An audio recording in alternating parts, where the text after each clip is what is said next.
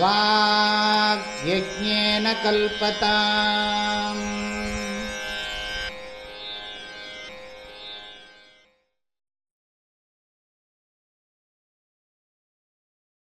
அதோ விசாரः கர்த்தவ்யः ஜிக்ஞாசோராத்மவஸ்துனः சமாசாத்யதயா சிந்தும் குரும் பிரம்மவிதுத்தமம். அதோ விசாரः கர்த்தவ்யः ஜிக்ஞாசோராத்மவஸ்துனः சமாசாத்யதயா சிந்தும் குரும் பிரம்மவிதுத்தமம். இந்த ஸ்லோகத்தில் இந்த 14வது ஸ்லோகம் 15வது இருந்து 15 14வதாக இருந்தால் நல்லா இருக்கும்னு தோன்றுறது. ஆனால் அவங்க ஆர்டரை நம்ம மாற்ற முடியாது, அவங்க அப்படி வச்சுருக்காங்க. ஞானத்தினால்தான் முக்தி, கர்மத்தினால முக்தி இல்லை என்பது தீர்மானமாக தெரிந்து விட்டதால் அப்படின்னு அர்த்தம்.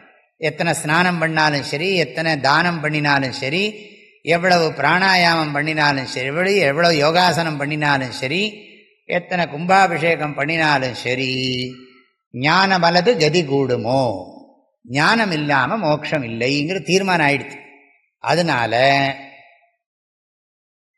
என்ன சொல்றாருன்னா, ஞானம் இல்லாமல் முக்தி இல்லை என்பது தீர்மானம் ஆகிவிட்டதால், அதஹா தேர்ஃபோர், எனவே, எனவேன்னா என்ன அர்த்தம்?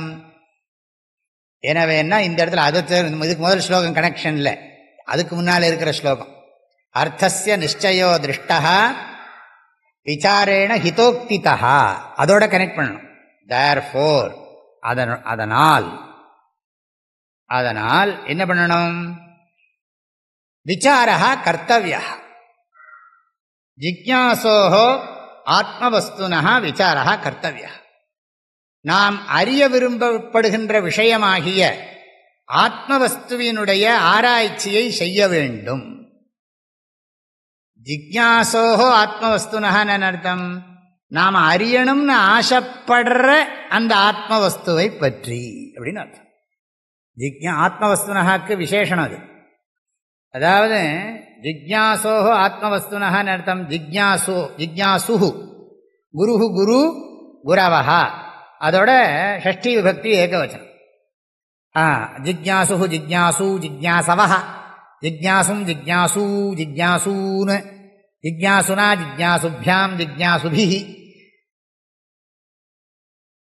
ஜிக்ஞாசவே அப்படிலாம் சொல்லி படிக்கணும். அதில் ஜிக்ஞாசோஹோ ஜிக்ஞாசுபியாம் ஜிக்ஞாசுபியா, ஜிக்ஞாசோஹோ ஜிக்ஞாசோஹோ ஜிக்ஞாசூனாம் அப்படி படிக்கணும்.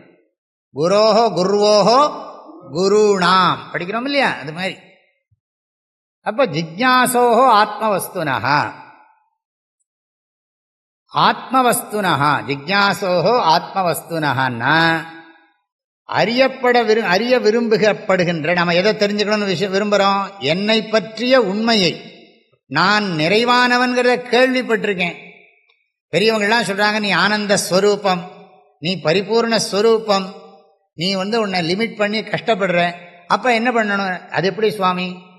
என்னுடைய எக்ஸ்பீரியன்ஸுக்கு விரோதமாக பேசுகிறீங்களே, என்னுடைய அனுபவத்துக்கு முரணாக நீங்கள் சொல்லுகிறீர்களே, நான் பொய் சொல்ல மாட்டீங்கன்னு எனக்கு தெரியும். அப்போ எனக்கு தப்பாக நான் புரிஞ்சுன்னு இருக்கேன்னு சொன்னால் அதை சரியாக புரிஞ்சுக்கிறதுக்கு என்ன வழின்னா, அப்போ நீ விசாரம் பண்ணு. எதை விசாரம் பண்ணணும்? சாஸ்திர விசாரம் பண்ணணும். நீ தனியாக பண்ணக்கூடாது. உனக்கு குருவினுடைய துணை அவசியம், தேவை. குரு கிட்ட போய் தான் படிக்கணும். தத் விஜானார்த்தம் ச குருமேவாபிகச்சே, பணிந்தும் கேட்டும் பணிவிடை செய்தும் அதனை நீ தெரிந்து கொள். உள்ளதை உள்ளவாறு உணர்ந்த ஞானிகள் உனக்கு அதை புரியும் வரை உபதேசம் செய்வார்கள். கீதையில பகவான் சொல்றார். ஆகையினால ஜிக்ஞாசோஹோ ஆத்மவஸ்துனஹா விசாரஹா கர்த்தவ்யா, கர்த்தவ்யஹான செய்ய வேண்டும், ஆராய்ச்சி செய்ய வேண்டும். எப்படி செய்யணும்? அதுக்கு என்ன வழின்னா, நீயா பண்ணாதப்பா. அதுதான் அடுத்த வரியில் சொல்றார். குரும் சமாசாத்திய விசாரஹா கர்த்தவ்யா, குருவை நன்கு அடைந்து ஆராய்ச்சி பண்ணணும். குரும் சமாசாத்திய. குருன்னா என்ன அர்த்தம்? கு என்றால் இருள், ரு என்றால் வெளிச்சம். எல்லாருக்கும் தெரியும். இருள் என்பது அறியாமையை குறிக்கிறது. கு என்பது இருள், இருள் என்பது அறியாமையை குறிக்கிறது. ரு என்பது வெளிச்சம், வெளிச்சம் என்பது அறிவை குறிக்கிறது. ஆக அறிவாகிய ஒளியினால் அறியாமையாகிய இருளை போக்குகின்ற ஆற்றல் படைத்த தன்மை குருவாக இருக்கும் தன்மை.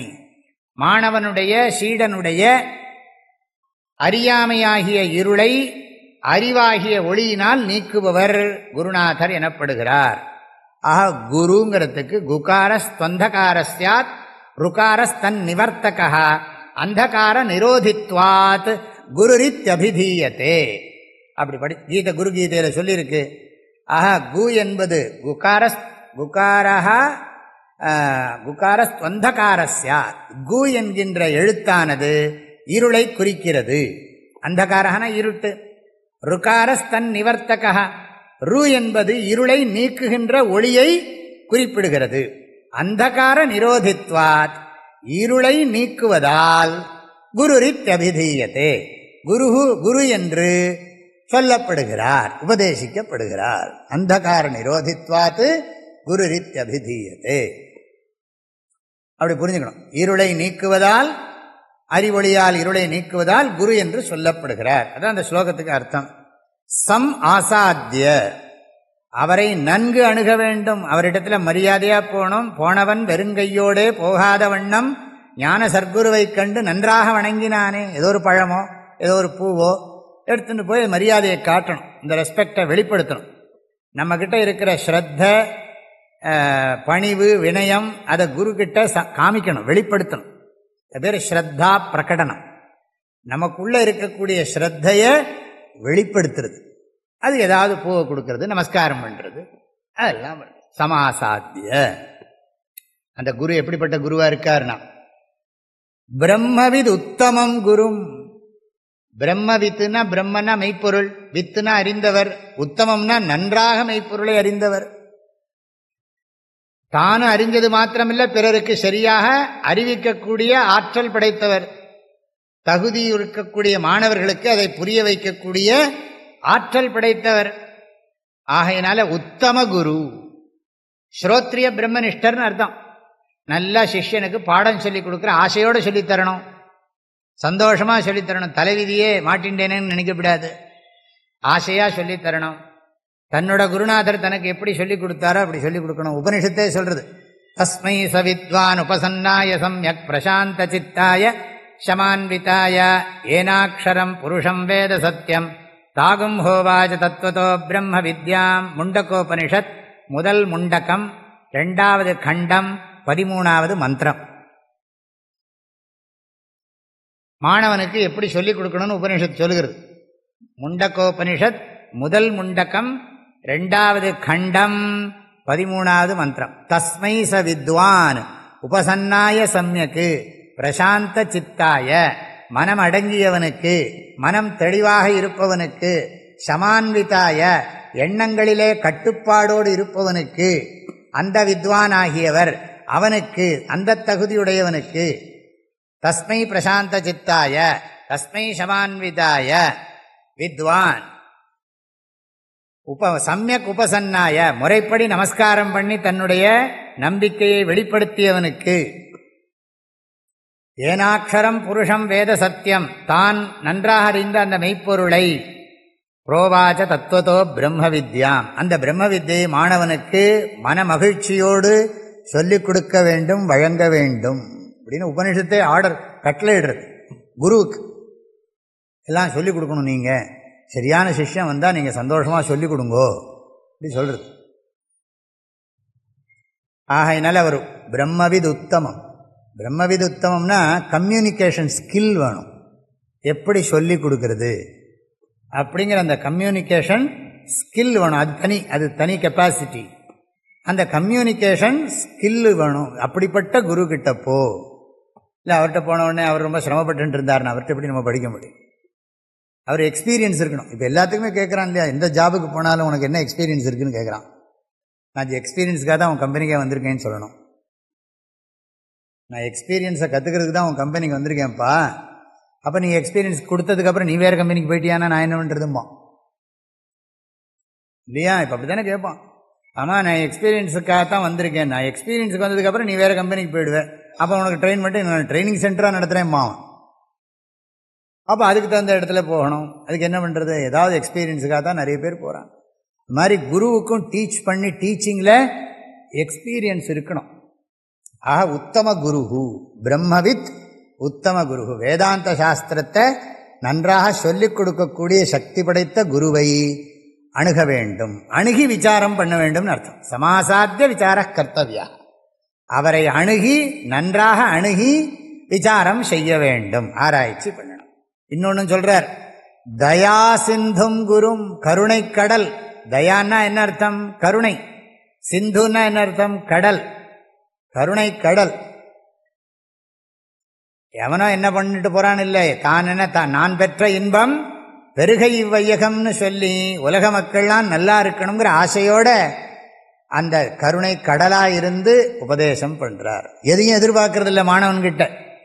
மாணவன் படிச்சா போறோம், மோட்சம் அடைஞ்சா போறோம், வேற ஒன்றும் மாணவன் பண்ண வேண்டியதில்லை. ஆனா மாணவனுடைய குணங்களுக்காக வேண்டி அவர் சேவை பண்ண சொல்லலாம். இதெல்லாம் நீ பண்ணணும்ப்பா, இதெல்லாம் பண்ணினாத்தான் நல்லது. வெறுமனே நீ பாட்டுக்கு சாப்பிட்டுன்னு படிக்கிறது மாத்திரம் இல்லை, சமூகம் நமக்கு நிறைய செய்கிறது, சமூகத்துக்கு நாமளும் செய்யணும் அப்படின்னு மாணவனுக்கு ஏதாவது கட்டளை இட்டா அது சந்தோஷமாக செய்யணும். ரெண்டும் முக்கியம், அதுவும் முக்கியம். தயா சிந்து, அவர் நம்மள்கிட்ட ஒன்று எதிர்பார்க்கறது இல்லைன்னு நம்ம செய்யாமல் இருக்கக்கூடாது. அதனால் அவருக்கு நல்லது செஞ்சால் எல்லாத்துக்கும் நல்லது. இப்போ நான் ஒன்றும் எதிர்பார்க்கலை, பிரம்மச்சாரியெல்லாம் செஞ்சானோ, நான் செய்கிறது பிரம்மச்சாரிக்கு நல்லது, அதனால தான் செய்ய வைக்கிறது. செய்ய வைக்கிறதே ஒரு கருணை தான், நம்மளை சேவை பண்ண வைக்கிறதே ஒரு கருணை தானே. இதெல்லாம் பண்ணுப்பா உனக்கு நல்லது அப்படின்னு வழிகாட்டுறதுனால தானே கருணையோட சொல்றார் அவர். ஆக தயா சிந்தும், சிந்துனா கடல், தயான்னா தயை. ஆக இரக்கத்தின் இரக்க கடல் எல்லாம் என்ன தமிழோ, இரக்க கடல். ஆக தயா சிந்தும் குரும், இதெல்லாம் அட்ஜெக்டிவ் குருவுக்கு. குருங்கிறது குருவை ஆசாத்தியனா குருவை அணுகி, சம் ஆசாத்தியனா நன்றாக அணுகி குருவை அணுகி. எப்பேற்பட்ட குரு? சொல்லிக் கொடுக்கறதுல சாமர்த்தியமாகவும் இருக்கணும், அதே சமயம் கருணையோடு இருக்கு, அன்போட சொல்லித்தரும், அன்போட சொல்லித்தரும். மரமண்டை இன்னுமா புரியல அப்படின்லாம் கேட்டா அவனுக்கு எப்படி இருக்குமா? உங்க மண்டையை விட என் மண்டை பரவாயில்லன்னுடுவான். சொல்லுவானா மாட்டானா? அதனால அப்படிலாம் இல்லை, அன்பாக சொல்லித்தரணும். ஏன்னா இதெல்லாம் ரொம்ப சூக்ஷ்மமாக இருக்குது. ஏன்னா புறநோக்கிலேயே வாழ்ந்து பழகினவனை திடீர்னு அகநோக்குடையவனை ஆக்குன்னு சொன்னால் அது அவ்வளோ சுலபமாக என்ன? அதில் நீ அகநோக்குடையவனாக இருக்கணும், உள்ளே பார்க்கணும், வெளியிலலாம் பார்க்காதே, பராக்கு பார்க்காதே, உலகம் அப்படி தான் இருக்கும், நீ மோட்சத்தை அடையிறதுக்கு வழியை பாரு, அதுக்கப்புறம் மற்றவங்களுக்கு மோட்சத்தை கொடுக்குறதுக்கு வழியை பாரு, அதுக்கு தான் நம்ம இந்த ஜென்மா எடுத்திருக்கோம் அப்படின்னு சொல்லி நீயும் நிம்மதியாக இருக்கணும், எல்லாருக்கும் நிம்மதியாக இருக்கிறதுக்கு வழி என்னங்கிறத கேட்குறவனுக்கு சந்தோஷமாக சொல்லி கொடுக்கணும். அப்பேற்பட்ட குரு கிட்ட போய் விசாரம் பண்ணணும். ஆத்மவஸ்துனஹா ஜிக்ஞாசோஹோ ஜிக்ஞாசோஹோ ஆத்மவஸ்துனஹா, அறியப்பட விரும்புகின்ற ஆத்மாவை பற்றிய உண்மையை குருவினிடம் சென்று, கருணைக்கடலான குருவினிடம் சென்று, அன்போடு நம்மை ஆதரிக்கின்ற குருவினிடம் சென்று, தத்துவத்தை நன்றாக நமக்கு புரிய வைக்கின்ற குருவினிடம் சென்று நன்றாக அவரை வணங்கி நின்று அழுது சொல்வான். மாய வாழ்வெனும் சோகத்தால் உணங்கினேன், அப்படி ஒரு பாட்டு இருக்கு. நன்றாக வணங்கினானே, வணங்கி நின்று அழுது சொல்வான். மாய வாழ்வெனும் சோகத்தால் உணங்கினேன் அப்படின்னு கைவில நவனியத்தில் இருக்கு. சமாசாத்திய தயா சிந்தும் குரும் பிரம்மவித் உத்தமம். ஆக இந்த ஸ்லோகத்தில் என்ன சொல்லியிருக்காரு? போய் படிக்கணும்னு சொல்லிட்டார். இப்போ நீங்கள் இந்த ஸ்லோகத்தை நம்ம சௌரியத்துக்கு என்ன பண்ணணும்? 14வது ஸ்லோகத்தை இப்போ படிக்கணும். அதிகாரிணம் ஆசாஸ்தே, நீ படிக்கணும்னு சொன்னால் இந்த தகுதி இருக்கான்னு பார்த்துக்கோப்பா. இந்த இடம் சூழ்நிலையெல்லாம் நல்லா இருக்குன்னு மாத்திரமில்லை, இடம் சூழ்நிலை ஓரளவுக்கு தான் உனக்கு உதவி செய்யணும். நீ படிக்கணுங்கிற ஆசை இருந்தால் தான் உனக்கு அந்த பலனை தினமும் நீ அனுபவிப்ப. ஆஹா நான் நிறைவாக இருக்கேன் சுவாமி, ஒரு குறைவும் இல்லை எனக்கு மனசில் அப்படிங்கிறது நான் தினம் நாளாக நாளாக எனக்கு உணர்றேன் அப்படின்னு அந்த மாணவன் சொல்லணும். அப்போ அதுக்கு அந்த சித்தி அதிகாரித்துவம் வேணும். இல்லைன்னா அந்த குவாலிஃபிகேஷனை கல்டிவேட் பண்ணணும். நம்மக்கிட்ட அந்த குணம் இல்லைன்னா அந்த குணத்தை நாம் விருத்தி பண்ணணும். அதோ விசாரः கர்த்தவ்யः ஜிக்ஞாசோராத்மவஸ்துனः சமாசாத்ய தயா சிந்தும் குரும் பிரம்மவிதுத்தமம். அதோ விசாரः கர்த்தவ்யः ஜிக்ஞாசோராத்மவஸ்துனः சமாசாத்ய தயா சிந்தும் குரும் பிரம்மவிதுத்தமம்.